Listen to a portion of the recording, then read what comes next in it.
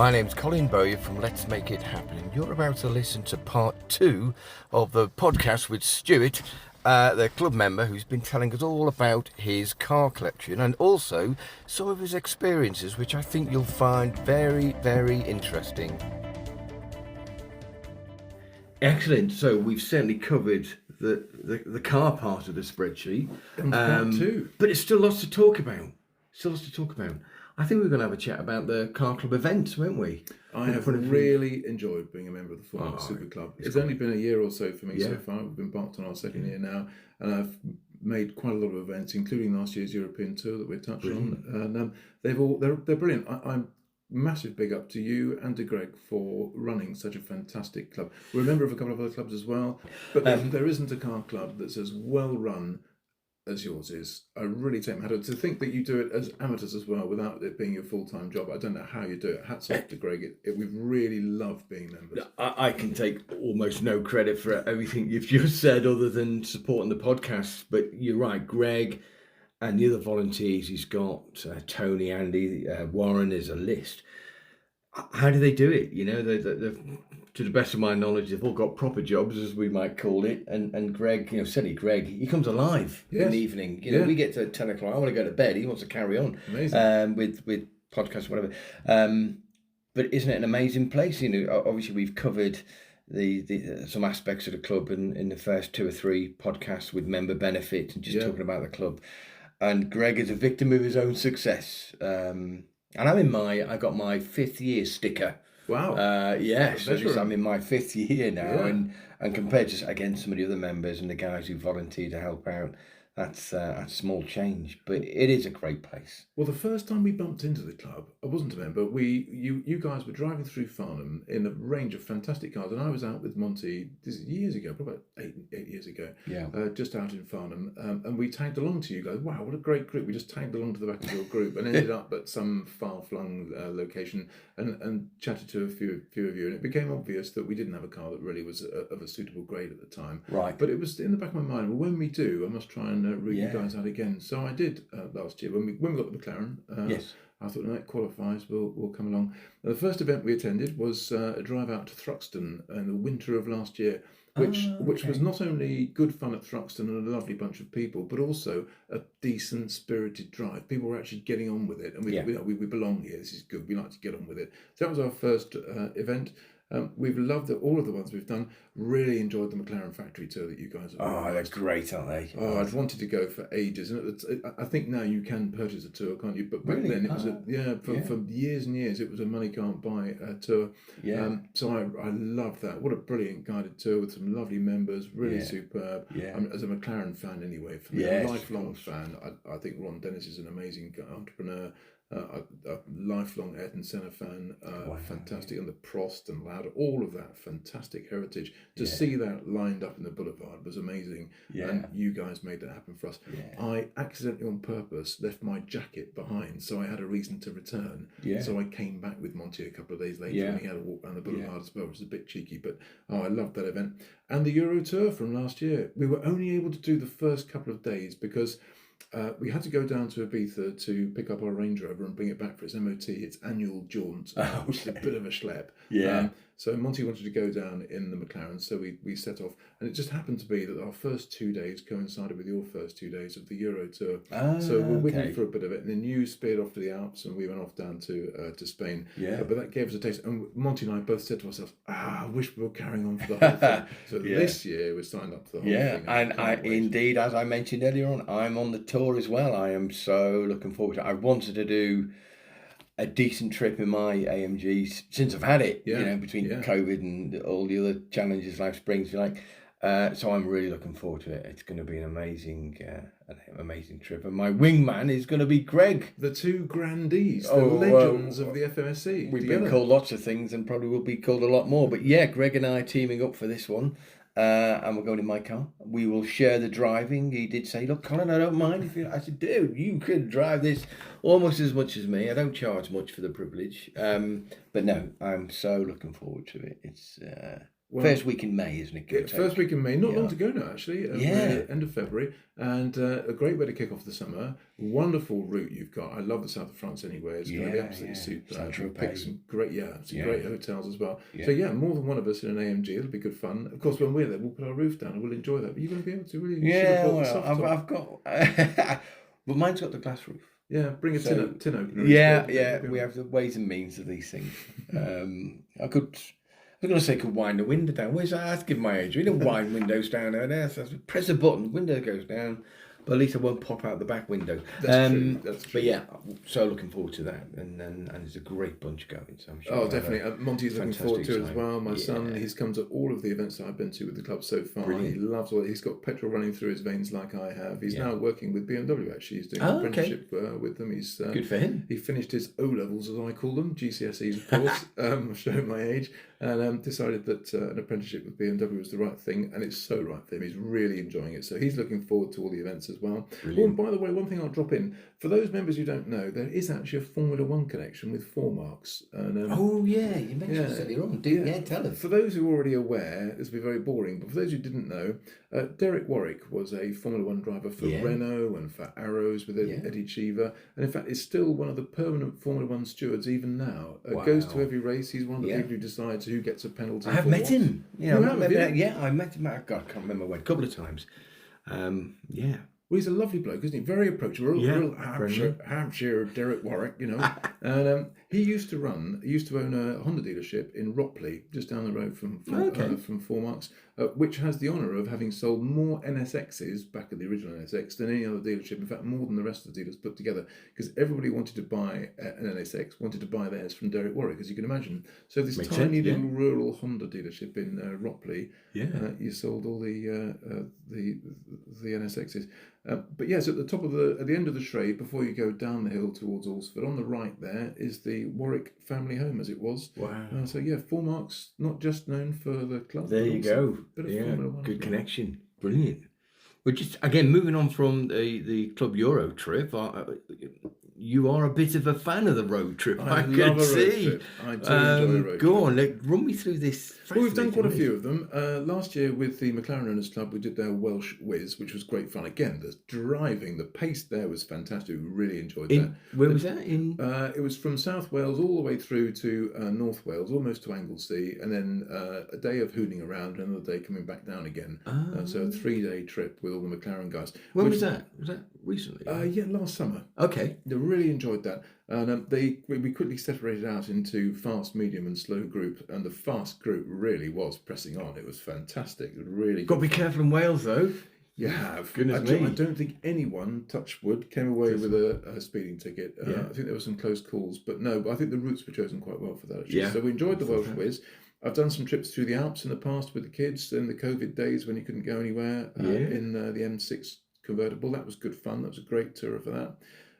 Many years ago in the M3, funny enough, that was specified by Damon Hill, I did a 3,500 mile trip through France, not touching any auto route the whole time. Wow. It's so empty, France, isn't it? Yeah. It's one of the reasons I'm looking forward to the trip coming up with the club. Lots of space around us. The Atlas Mountains. If you've never driven the Atlas Mountains and you happen to be on a hot holiday in Morocco, you've got to go and drive over there.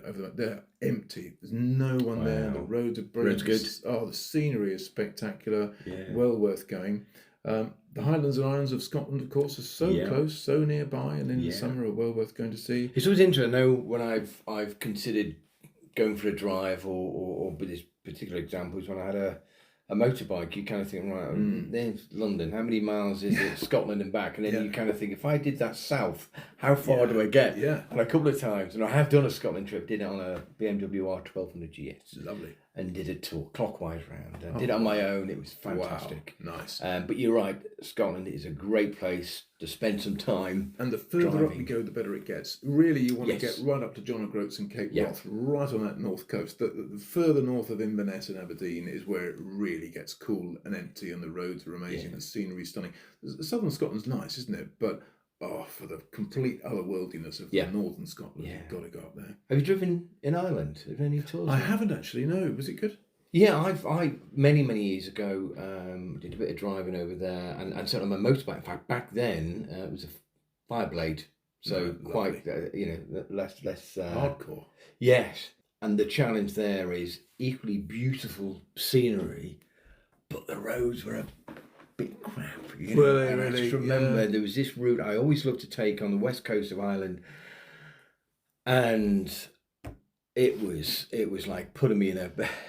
Let me shake me. It was so frustrating because you wanted to go for it, but they've got all the European money now, haven't they? Maintained their roads much better. I'm talking, I'm going back. Goodness me, a good 20 years. Yeah. I'm sure it's probably different now. Well, anyway. It's another subject that members must resonate with. That the quality of our roads these days is absolutely terrible, isn't it? Yeah. Whereas I think in Europe the roads are so much better, aren't they? Yeah. Partly the weather, of course. And I think always have been, no doubt.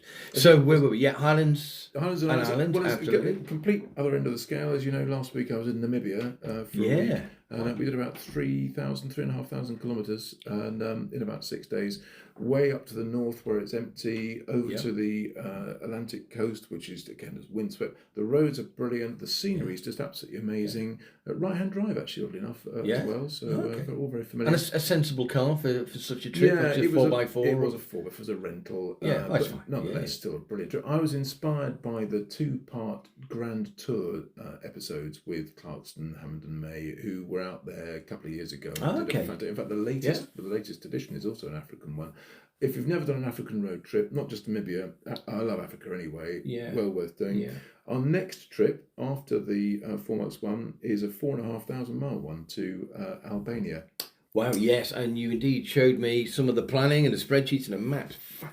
Yeah, there is a route plan that I've produced. It's 4,500 miles. It's a 3-week drive, which should be good fun. Wow. The first week, Monty will be with me, and we're packing in some time at the Nürburgring, a visit to the AMG factory where your car and mine was made. I'm hoping to shake the hand of the man whose name. Do you know, I was going to say that, and before you go, I will check under my bonnet and say, just have a word with this guy, thank him. The Porsche Museum, the BMW Museum in Munich. Really looking forward to that. Then we'll drive over the Austrian Alps to the Slovenian and Croatian coast, the entire way down the Croatian coast, down past Bosnia and Montenegro, ending up in Albania, where I was going to go to a 5-day rave anyway. There's a music festival going on there, but we went a rave. A 5-day rave. It's going to be good fun. Why not? On the beach. Monty will fly back. I'll be joined by a girlfriend, I think, for that, if I'm very fortunate, if she'll come with me. And then the drive back takes in Kosovo, Bulgaria, Romania, particularly the Trans-Figuration Highway. Those people who watched the Top Gear episode with the crazy helicopter filming. Really looking forward to that. The Top Gear guys reckon it's the best road in the world. If it's good enough for them, it's good enough for me. Give it a go. And the Transalpina Highway, which is very close to that. Spend a day on that as well. And then back through Hungary, Slovakia, Czech, and what was East Germany in the past, and all the way back home. So that'll be in the AMG.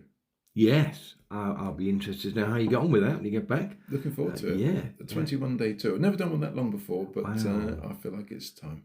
And obviously all hotels pre-booked or planned ahead? Well, actually not booked yet. Okay. Because I'm looking to finalise a couple of things to make sure I've got the right people in the right place. I haven't booked everything. The 5-day rave is booked, and we know the programme for going out in the first week, so I could book those hotels now. Yeah. But the return leg I've yet to finalise, but I'm looking forward to doing that sometime in the next few weeks. Oh, that would be amazing. Well, I enjoy the planning, actually.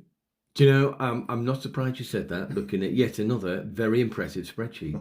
But, you know, when you've done that, I can feel another podcast coming on. That would be fascinating to know how you get on with that. And, well, actually, another thing I would say, there must be other members who have done these sorts of trips and have similarly organised. They've still got somewhere in a file their map or their route. Yes. We ought to have some sort of little shared drive or something, shouldn't we, of all these brilliant road trips that we all enjoy.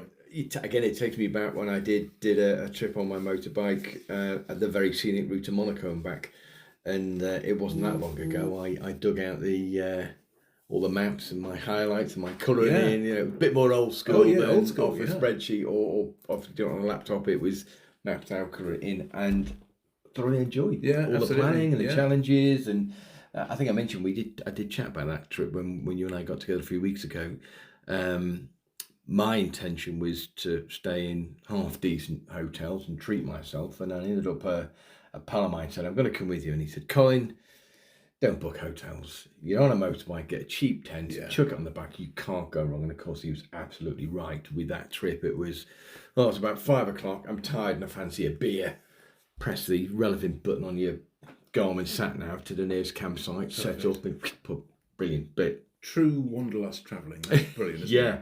Would I do it again? Absolutely not. No, wouldn't you? Well, no, I just think from point of view of being in a more comfortable car rather than sitting on a motorbike 9 hours a day. No, I know we discussed this last time, and I've never been a biker, I've got to be honest. The day I'd want to go out on my bike would be the lovely sunny day when I wouldn't want to be wearing my helmet and leathers. No. I'd want to be sat in my polo shirt with a drink in the hand and chatting to my passenger, and off you go for a drive. But you know, when I learned to ride, it was winter. It's just for timing when I chose to do it, and I was quite hardcore. Even with the 5-blade, all throughout the year, it never bothered me. But I do remember when my pal and I were riding around somewhere between Saint-Tropez and Monaco. It was pretty hot, and you're torn between, if I come off, this is gonna hurt. And I know he said he packed away his probably short time, mate. I'm not doing it. I'll happily stay boiling the bag and safe.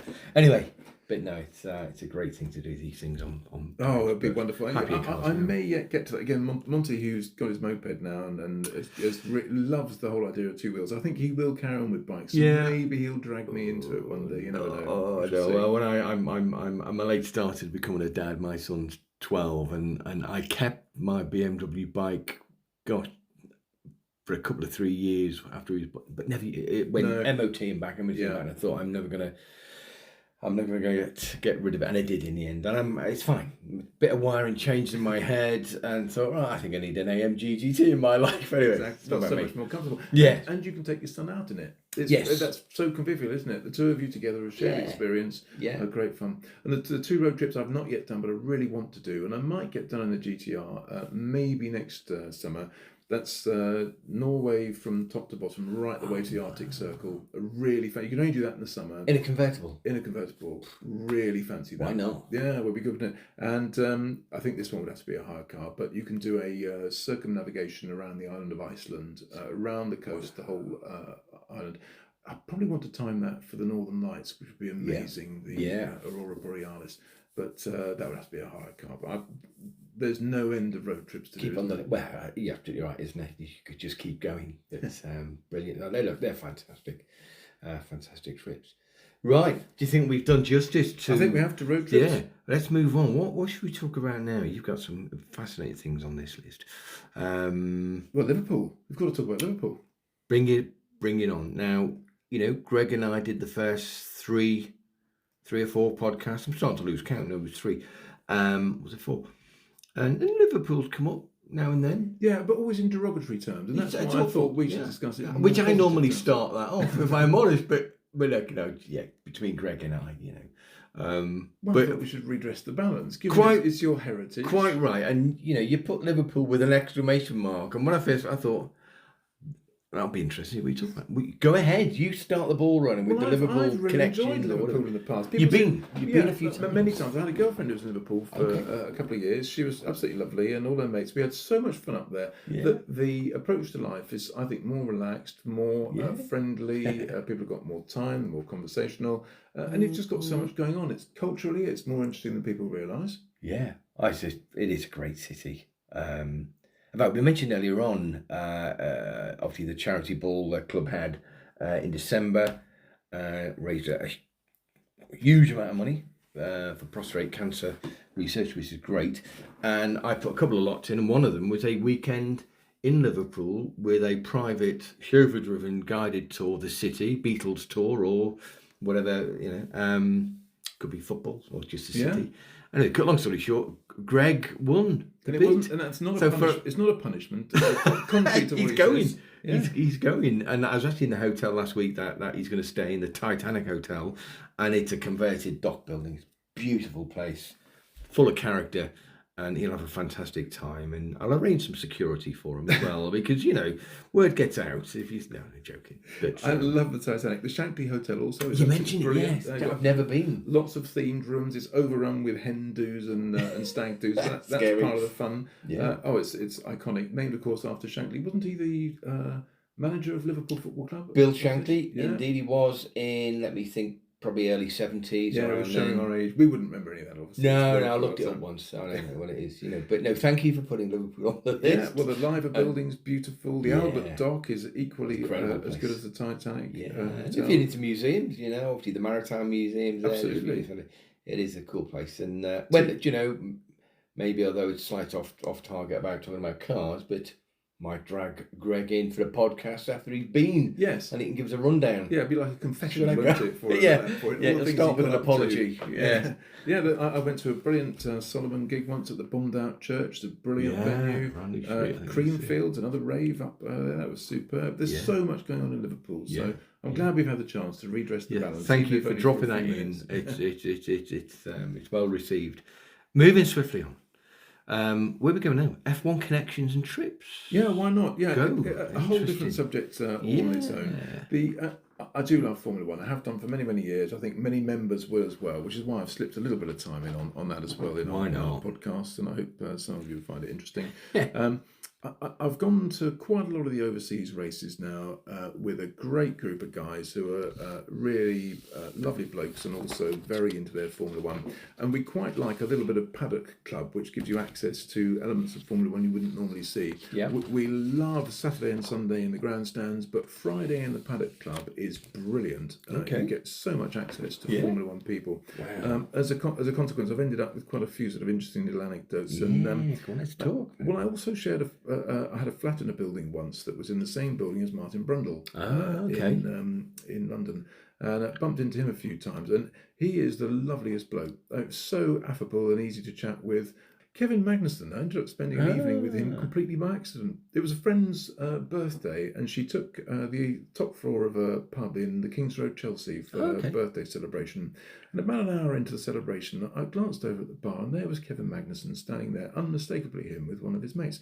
So I said to Jill, are you friendly with Kevin Magnussen? And she went, who are you talking about? I said, the guy over at the bar there. And she went, oh no, I don't know him. We better get him chucked out. I said, no, don't get him chucked out. He's a Formula One driver. I said, really? So I spent quite a bit of time chatting to him. And again, a really approachable, lovely bloke. Wow. But the one thing I was shocked by, it was only a few days before the Monaco Grand Prix that year. He was driving and he was packing away the drinks, yet quite a bit of Jill's birthday cake, which I was quite surprised by.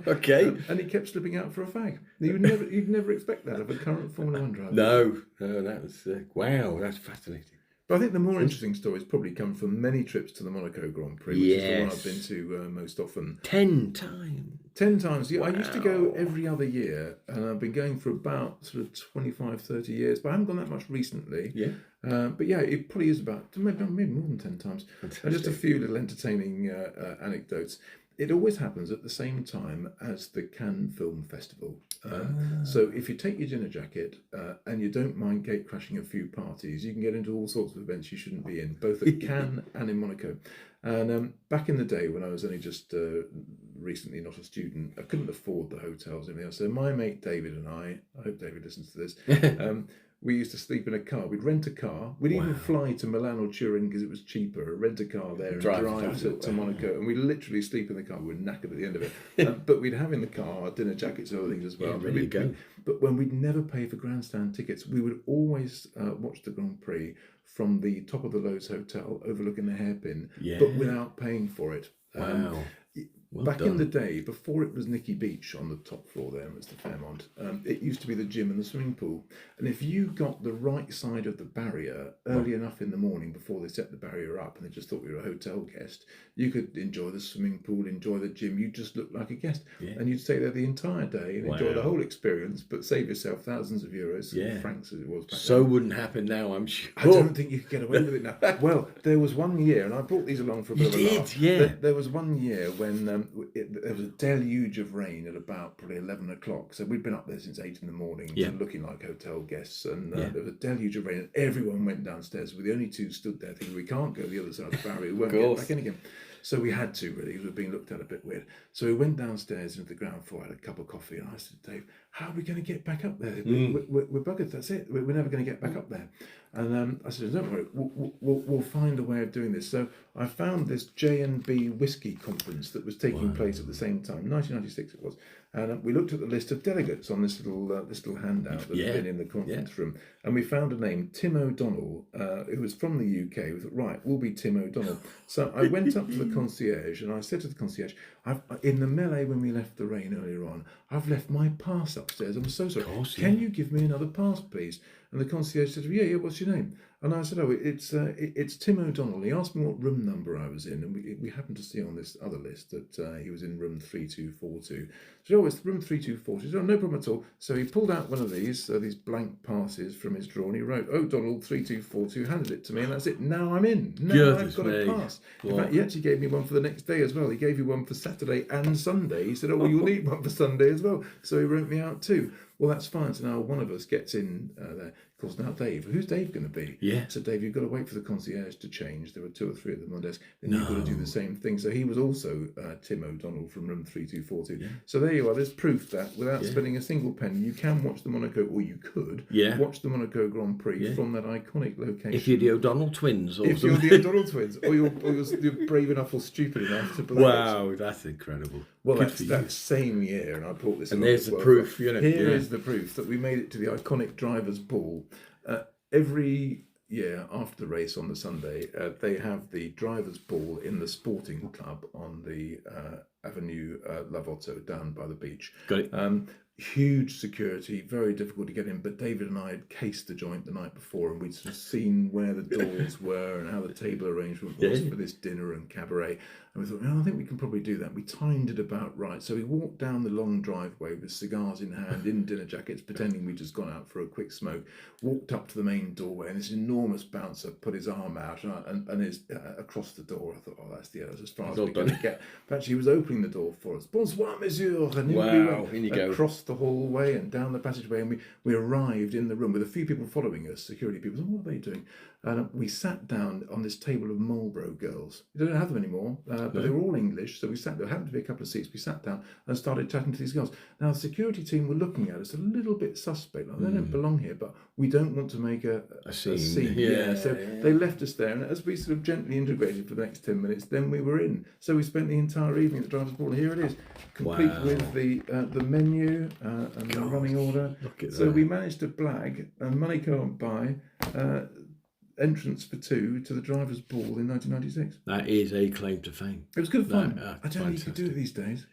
No, it's again a different world. Another one actually, which was quite good fun. And here's another little memento. This is an empty magnum of champagne. It's a Moët Chandon. At this point, the fact it's empty, I'm going to let it go because there's a story. Well, it was a long time ago. We ended up in this at the Hotel de Paris. Of course, those who've been to Monaco on the Grand Prix weekend, everyone hangs around on that casino square with the casino and the Hotel de Paris steps that go up to those rotating doors, looking to see which famous person they might spot coming out of the hotel. And they're all going in and out all the time, the drivers and the team members. All again in our dinner jackets. We used to go in there and try and find a party, some promoter's party. And we went to one of them. It was something to do with the Guri Suzuki. I can't remember why. And we saw that there was an almost undrunk Magnum of champagne as the party came to a close. Oh, we'll have that then. So off we walked. A bit half cut, probably. Yeah, we were wasted, so why not waste this? So we picked up this bottle and we sort of moseyed our way out there, and we were standing in the reception thinking, well, where are we going to go now? And to our right was Max Mosley. So we started chatting to Max Mosley. Okay. Then Bernie came along to pick him up, and we introduced ourselves to Bernie as well. Walked across the reception to this grand exit. So from the other side of the casino square, of course, people were turning around. Oh, look, it's Max Mosley. And, look, it's Bernie Ecclestone as they came through this rotating door. And then Dave and I, half cut with a bottle of champagne in our hand, came muddling through the same compartment of the door, almost stumbling over each other. And you could see, but who the hell are they? That's the sort of thing Greg would do. I think. Yeah, he might do, actually. He would crack that, yeah. Well, there's a story to tell. Wow. What else can I tell you about? Oh, the other one that I think you probably ought to know about is the Stringfellows on tour trip to the Monaco Grand Prix. You've definitely got my attention. I can't stand those places. I've got to be honest, that's not where I belong. No. I really don't like those clubs. But some of the people I do business with, they love to go on those evenings. So we had an evening. There were 7 of us and 9 of the girls. I didn't know that a friend of mine was a dancer at Stringfellows years and years ago. Now, this is 2014, and I said to her, when I found out she was, we're coming there with a few friends. Can you find some of the girls that we can talk to, nice girls, and we'll spend some time together? So we did. And towards the end of the evening, a couple of people said to me, oh, you've got quite a decent town. Where have you been? And I've just come back from Miami, from the Ultra Party, the music event there. And they said, oh, that's nice. Where's your next holiday? I said, well, actually, I've got 8 tickets for the Monaco Grand Prix. Got a lovely villa. And I don't really know who I'm going with, because the group of friends I was meant to be going with decided they couldn't go. So a couple of the girls said, oh, we'd like to go. I was like, yeah, of course, don't be silly. I thought they were just being polite. And so I said to them, well, talk to Kiki, and maybe, if you're genuinely interested, let Kiki know, and we'll see what happens. Well, the next morning, my phone's ringing off the hook. All these people want to go to the Monaco Grand Prix. So, oh, great, well, I've got a group to go with. So I spoke to 2 of my friends, and I said to them, look, guys, we've got 6 girls coming, 3 of us, that'd be about the right ratio. Are you happy to come along? I said, yeah, great, that's fine.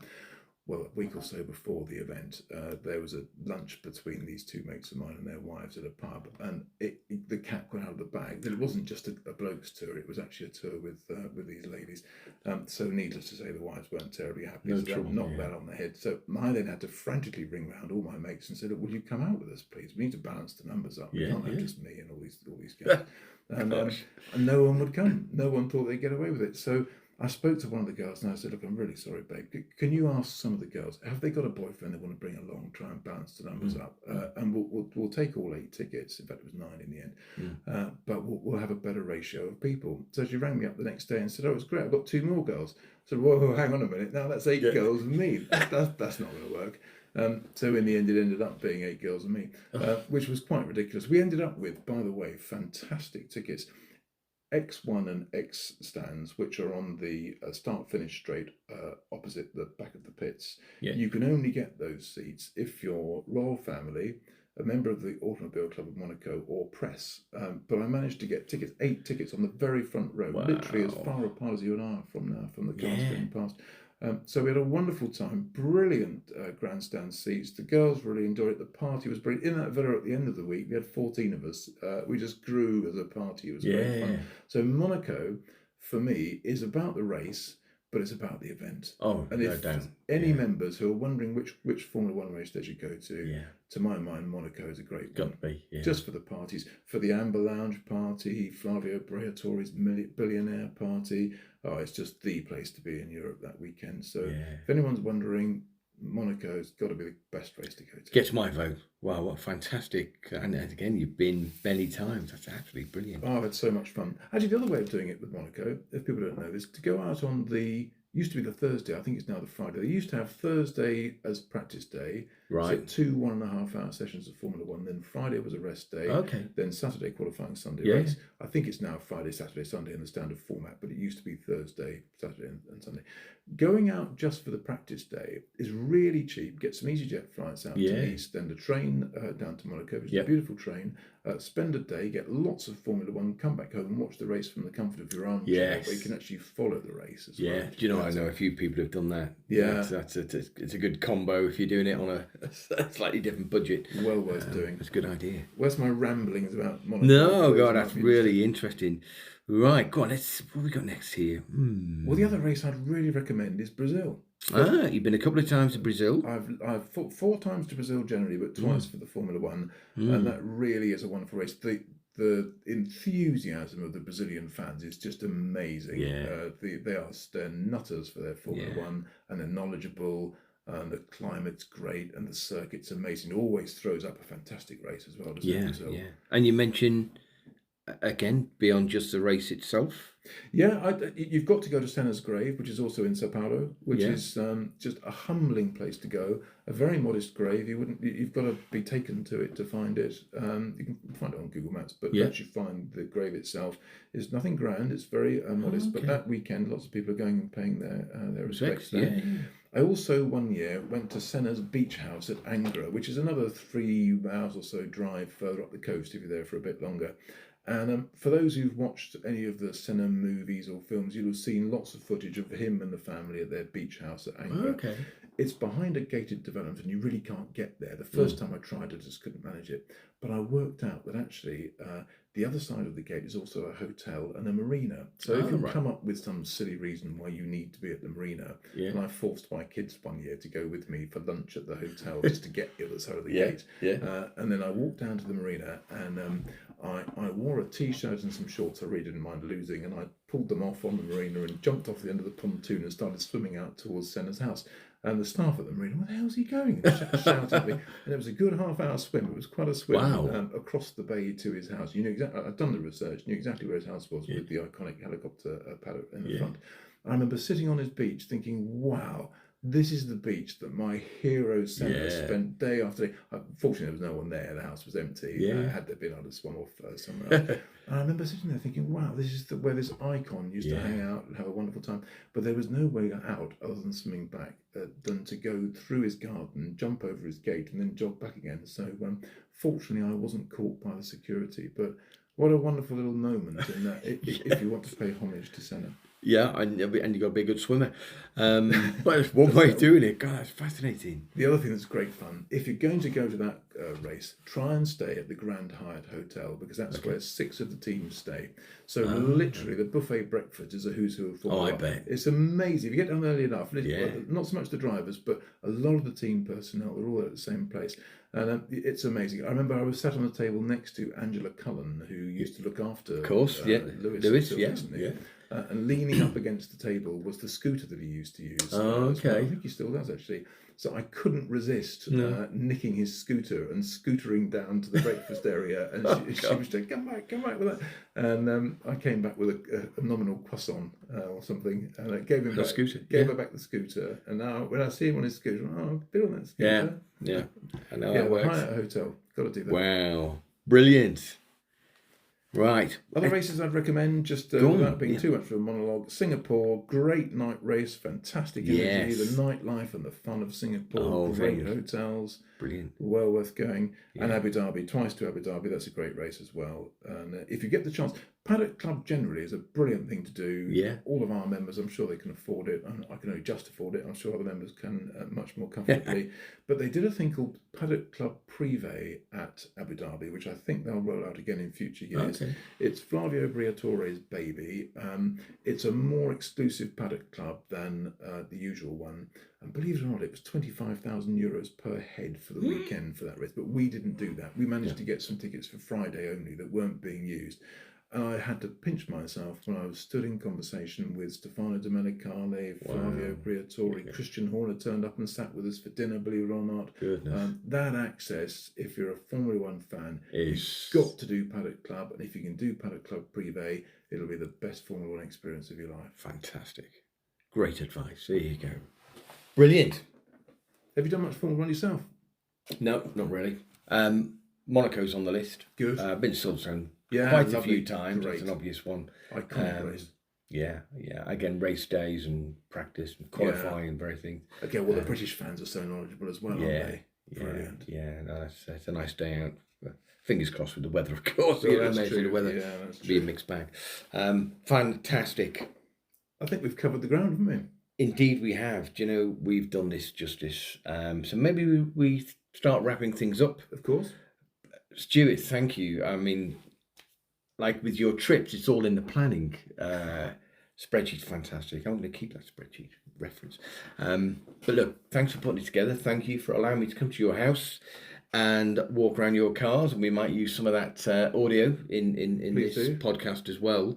And I might see you before, but we will join forces on the Euro Tour, on your trip, which will be fantastic. I'm sure we'll see I will take the kit with me. We may well knock out a few podcasts with the various members that are going to be there. But look, thank you again. You'll probably find some of them actually interesting rather than me. Look, this is, hey, do you know what? If you ever think about writing a book, I think there's a lot of content here, and you show me sort of photos with you and all of these various personalities and celebs. Absolutely fascinating. Oh, So I've been very fortunate. I think for those of us who love what we love, if you put yourself in the right place, you will meet these people, won't you, and have these experiences. And frankly, that's why we're members of the club, aren't we? To share these things with each other, to enjoy 100%. the experiences, to get access to things you wouldn't otherwise. And as I say, not wanting to blow too much smoke, it really is a superb club. We love being members. And I'm deeply honoured to be asked to do this. I've really enjoyed it. And thank you for having me. Thank you for coming along. And as I mentioned earlier on, but offline, there's another couple of members who are good. I've accepted to come into the studio study. I don't care what you call it, but so that will come up in the next few weeks. But Stuart, thank you once more. I think we've done all of that justice, so we can call it a day. Thank you very much. And let's see when the next podcast is. Yeah, at look some forward point. to those. Well, I've listened to all 3 so far from the previous ones, and I'm really looking forward to the future ones as well. Thank you for doing such a brilliant job.